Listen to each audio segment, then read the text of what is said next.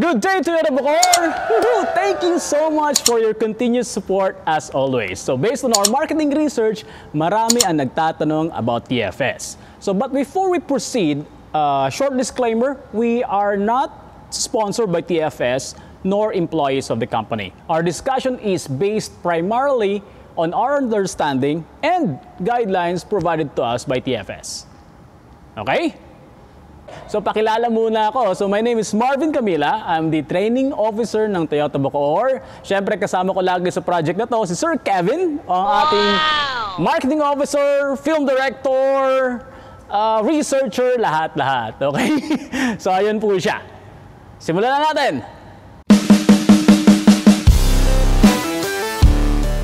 So, what does TFS mean? So, it simply means Toyota Financial Services. Okay, so financial institution licensed and regulated by Bangko Sentral ng Pilipinas under RA 8791, where the primary objective is Autoloan financing and leasing services. Wow!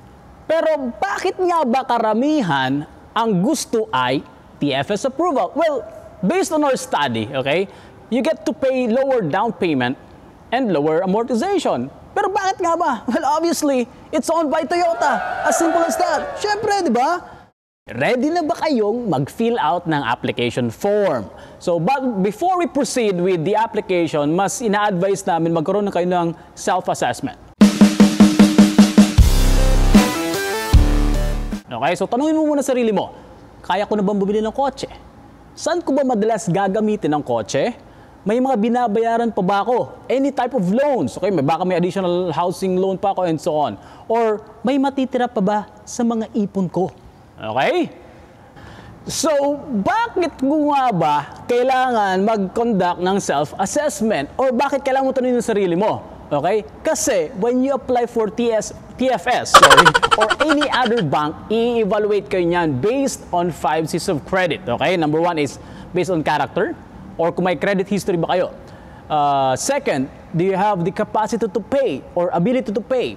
Third, may pang down payment ba kayo?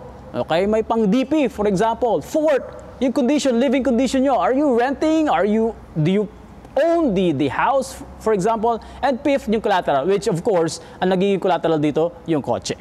Alright?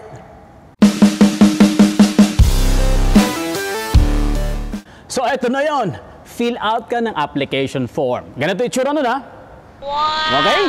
So, make sure you do not forget SSS or GSIS or your PIN number. Of course, the pertinent information needed to fill out the application form. Siyempre, nakalagay dyan. Full name, di ba? Mother's maiden name, complete residence address, land of stay, and so on and so forth. Nakalatag po siya dyan lahat.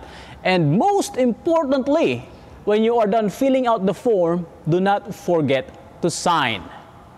Okay, so during submission, attach ka ng valid IDs. Here's a guide on the list of acceptable IDs. Okay? Dagdagan mo na rin ng proof of billing.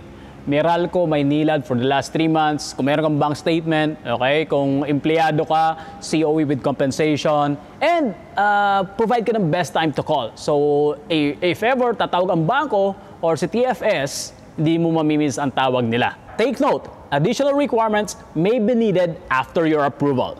Okay? Rest assured, dito sa Toyota Bacoor, all your submitted application forms is treated with utmost confidentiality because we adhere to Data Privacy Act of 2012. Okay? Kung ikaw ay business owner or OFW, di po namin kayo nakakalimutan. Okay? Ito ang requirements ninyo. Alright? So, ano naman yung mga yan? Oo nga pala eh, no? Well, since napag-usapan natin ang TFS, may promo sila exclusive for the Alphard and Supra. Well, the Alphard gets additional 150,000 discount if you get approved sa TFS. Ito pa, mas malapit. Supra, okay? Toyota Supra gets 500,000.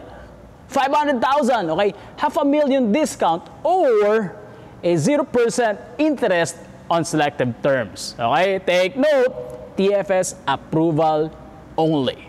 Okay? Okay na ba? Nasagot ka na ba? Uy! Saan ka punta? Apli.